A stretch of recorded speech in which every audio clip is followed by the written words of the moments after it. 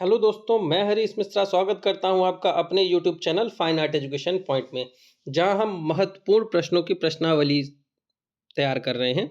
तो महत्वपूर्ण प्रश्नावली की ये हमारी 6वीं श्रृंखला है, जिसमें हम आपको पहले प्रश्न देते हैं, प्रश्न का जवाब देने के लिए 10 सेकंड का समय देते हैं, उसके बाद फिर राइट आंसर बताया जाता है। तो शुरुआत करते हैं हम अपनी इस श्रृंखला का 6वां वीडियो।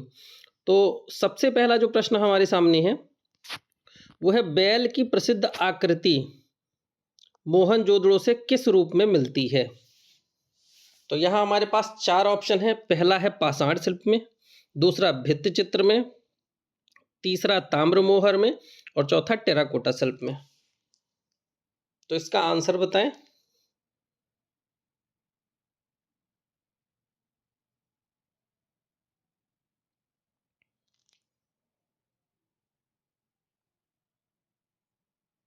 तो इसका जो राइट आंसर होगा वो होगा पाषाण शिल्प। क्यों? क्योंकि बैल की जो आकृति है वो ज्यादातर हमें मोहरों में देखने को मिलती है। एक श्रृंगी बैल ज्यादातर मोहरों में देखने को मिलता है, और सर्वाधिक मोहरें जो है वो किससे बनी हैं? तो वो सेलखड़ी पत्थर की बनी हुई हैं।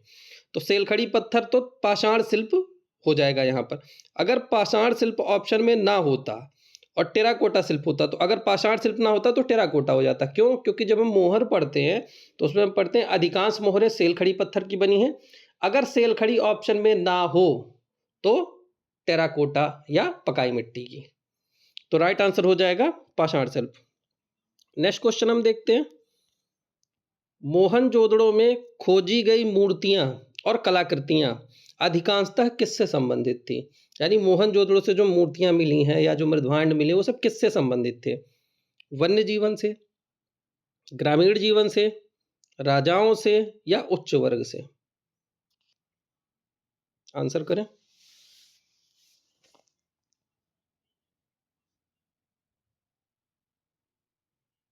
मोहनजोदड़ो में खोजी गई जितनी भी मूर्तियां हैं, मृदभांड हैं, वो सब समाज के उच्च वर्ग से संबंधित हैं। नेक्स्ट क्वेश्चन हम देखते हैं। हमें प्राचीन पदक उभारदार नक्काशी युक्त मूर्ति कला माया देवी का स्वप्न कहाँ मिलता है? यानी पदक पर सिक्के के आकार में माया देवी का स्वप्न हमें कहाँ से प्राप्त होता है? भरहुत स्तूप से, बरहुत वेदिका से, सांची की वेदिका से, जेतवन पार्क से या सारनाथ स्तंभ से? माया देवी का स्वप्न ये कहाँ बना हुआ है?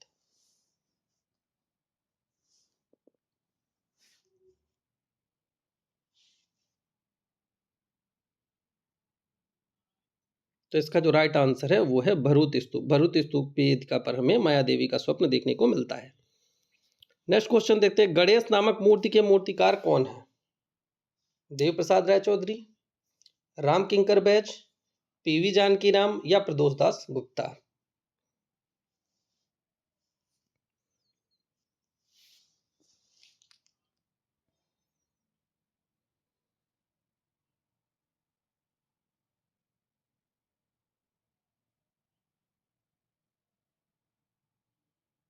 तो इसका राइट आंसर होगा पीवी जानकी राम। गणेश नामक मूर्ति पीवी जानकी राम ने बनाई है।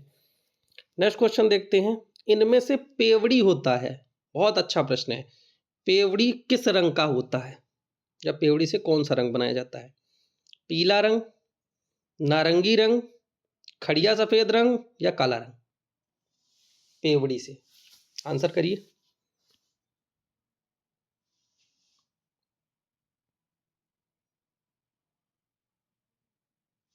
तो इसका जो राइट आंसर है, पेवड़ी से पीला रंग बनाया जाता है।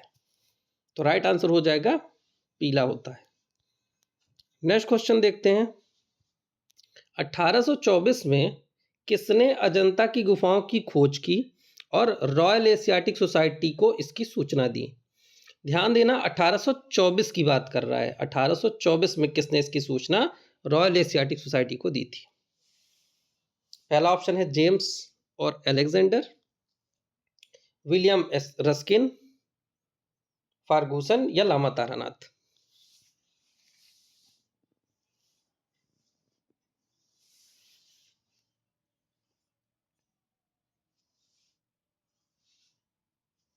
तो 1824 में 1824 में अजंता की गुफाओं की खोज करके रॉयल एशियाटिक सोसाइटी को सूचना जेम्स ई अलेक्जेंडर ने दी थी। तो राइट आंसर ए हो जाएगा। नेक्स्ट क्वेश्चन देखते हैं, निम्नलिखित में से कौन सा चित्र अजंता गुफा मंदिर संख्या 2 में चित्रित है? यानी अजंता की गुफा संख्या 2 में कौन सा चित्र चित्रित है? बोधिसत्व वज्रपाणी का, बोधि वृक्ष की पूजा का, मरती हुई राजकुमारी का, क्या महारानी माया का स्वप्न व विचार? आंसर करें इसका।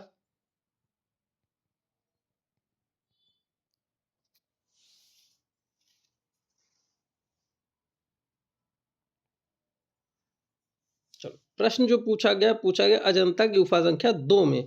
मैंने बड़ी अच्छी ट्रिक बताई है। पहली कहानी में बोधिसत्व वज्रपाणी, पद्म पाणी और वज्रपाणी एक में ही है।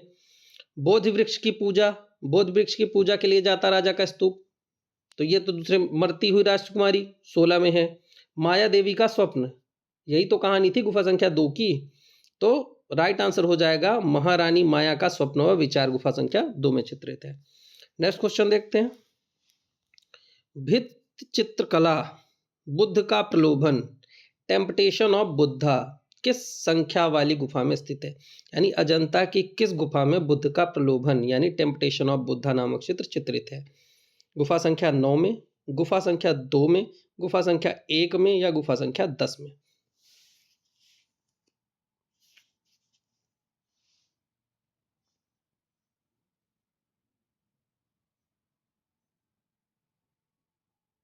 तो बुद्ध का प्रलोभन जो चित्र है ये गुफा संख्या 1 में ही है। कहानी के अनुसार, जो हमने कहानी बताई थी उसमें बताया था ना कि बुद्ध ने मार विजय को प्रलोभन दिया था ना कि नागराज की सभा में चले जाओ, वहां एक सुंदरी मिलेगी उससे विवाह कर लेना। तो बुद्ध ने प्रलोभन दिया था गुफा संख्या 1 में। तो राइट आंसर हो जाएगा 1, गुफा संख्या 1 में चित्रित है। नेक्स्ट क्वेश्चन देखते हैं, अजंता के चित्रकारी में किसकी प्रधानता है? 4 ऑप्शन है, ऑप्शन को पहले अच्छे से देखेंगे उसके बाद आंसर करेंगे। अजंता की चित्रकारी में किसकी प्रधानता है? विषय की प्रधानता है, रंग की प्रधानता है, पोत की प्रधानता है या अंतराल की प्रधानता है?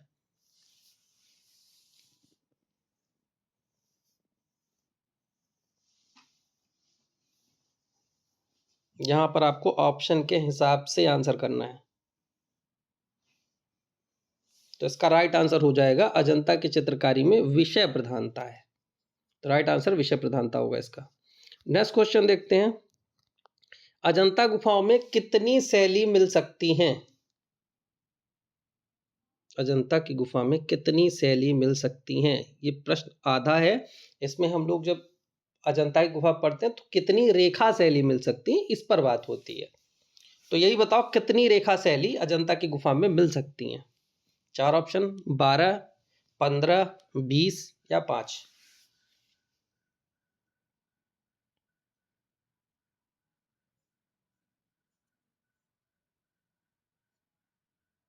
तो अजंता में हमें 20 प्रकार की रेखा शैली देखने को मिल सकती हैं। नेक्स्ट क्वेश्चन देखते हैं, थीम बलम या तीर्थकर का प्रतीक एक हाथी है। यानी 4 ऑप्शन है, इन चारों तीर्थकरों में से किसका प्रतीक हाथी है? अजितनाथ का, सद्भावना का, नेमिनाथ का या महावीर स्वामी का?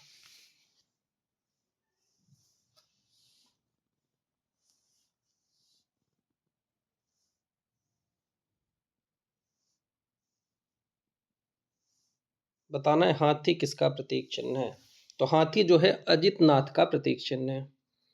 नेक्स्ट क्वेश्चन देखते हैं, निम्नलिखित में से कौन सा अकबर के शासनकाल से नहीं है?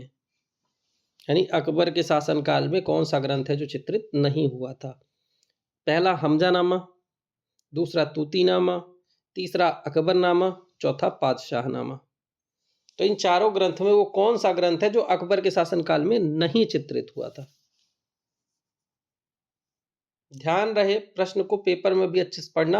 नहीं है देखो एकदम नीचे लिखा है, जल्दबाजी में हमजानामा दिखेगा हमें और हम करेंगे। तो पहले प्रश्न को अच्छे से समझना है, उसके बाद ऑप्शन अच्छे से देखना है, फिर आंसर करना है। तो इसका जो राइट आंसर होगा वो होगा पादशाहनामा। हमजानामा भी चित्रित है अकबर के शासनकाल में, तूतीनामा भी चित्रित है, अकबरनामा भी चित्रित है।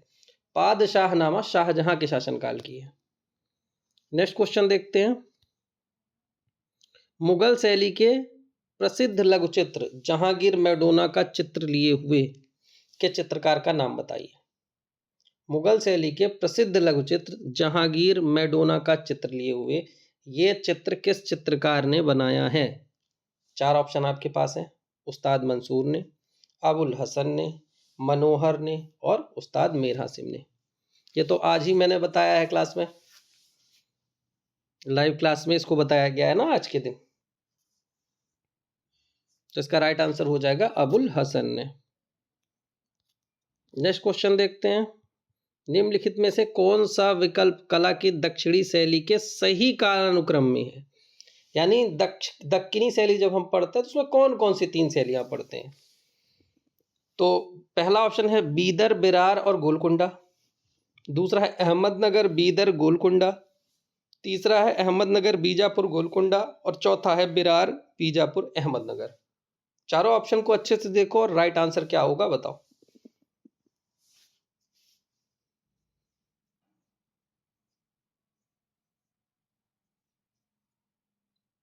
तो इसका जो राइट आंसर होगा, चूंकि दक्कनी शैली में 3 शैलियां थी, बीजापुर, गोलकुंडा और अहमदनगर, तो यहां पर हम देखेंगे तो सी नंबर जो है इसमें अहमदनगर, बीजापुर, गोलकुंडा तीनों हैं, बाकी सब में तीनों नहीं है, तो राइट आंसर सी हो जाएगा। बीजापुर, गोलकुंडा और अहमदनगर तीनों थी, तो सी में है तीनों। नेक्स्ट क्वेश्चन देखते हैं। चावन रागमाला निम्नलिखित में से संपूर्ण चित्रित पांडुलिपि है, सॉरी निम्नलिखित में से महत्वपूर्ण चित्रित पांडुलिपि है। तो ये चावन रागमाला जो है कहाँ चित्रित हुई थी? मेवाड़ में, किशनगढ़ में, बूंदी में या गुलेर में?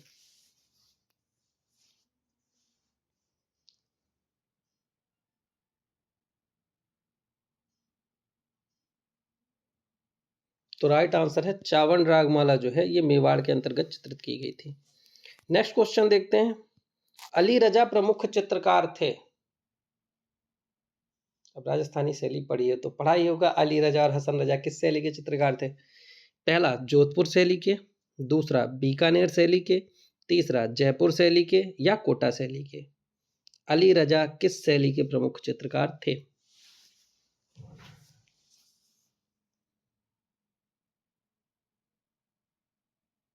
तो इसका जो राइट आंसर है बीकानेर शैली के प्रसिद्ध चित्रकार थे अली रजा और हसन रजा। नेक्स्ट क्वेश्चन देखते हैं। साहब सिंह किस शैली के लघु चित्रों के चित्रकार थे? साहब सिंह की बात हो रही।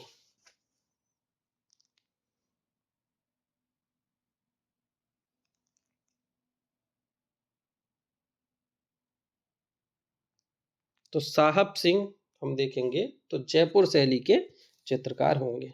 ठीक है, साहब सिंह और साहिब राम ये दोनों जयपुर शैली के हैं और साहब दीन मेवाड़ के हैं, साहब दीन और मनोहर। नेक्स्ट क्वेश्चन देखते हैं। मूर्तिकार अमरनाथ सहगल का जन्म कहाँ हुआ था? मूर्तिकार अमरनाथ सहगल का जन्म कहाँ हुआ था? पाकिस्तान में, भारत में, बांग्लादेश में या बंगाल में?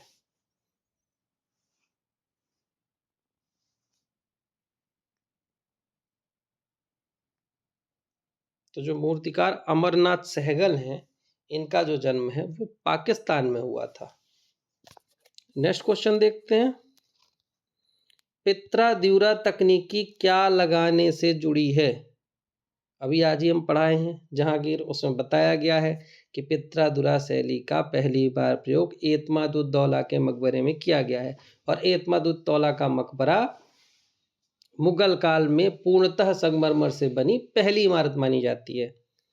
तो पित्रा-द्युरा जो है, पहला कास्ट में धातु की तार, सीसा के फ्रेम में दागदार रंगीन कांच, पत्थर में अर्ध मूल्यवान पत्थर या कास्ट में हाथी दांत?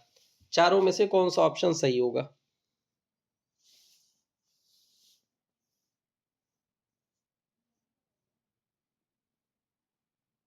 तो इसका राइट आंसर होगा पत्थर में अर्ध मूल्यवान पत्थर लगाना पित्रा-द्युरा कहलाता है। बहुमूल्य रत्नों को जड़ना। नेक्स्ट क्वेश्चन कहते हैं, नेक्स्ट क्वेश्चन देखते हैं। राजा रवि वर्मा के चित्रों का विषय क्या था? 4 ऑप्शन आपके पास है। पौराणिक था, प्राकृतिक था, ऐतिहासिक था या राजनैतिक था? पहले अच्छे से चारों ऑप्शन देख लेना, उसके बाद आंसर करना।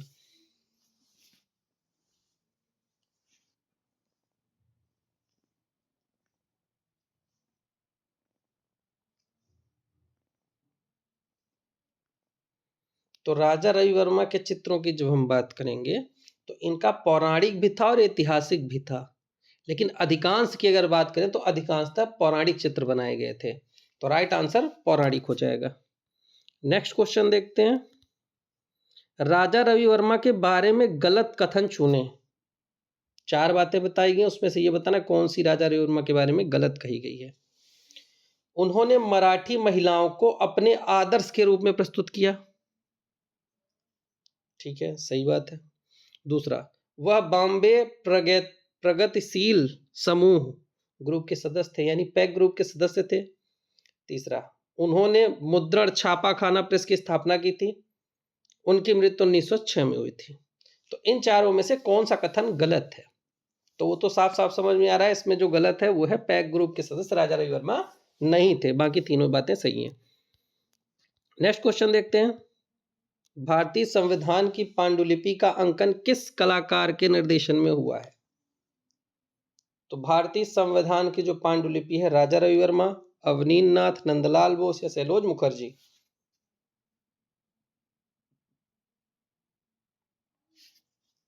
तो राइट आंसर है नंदलाल बोस।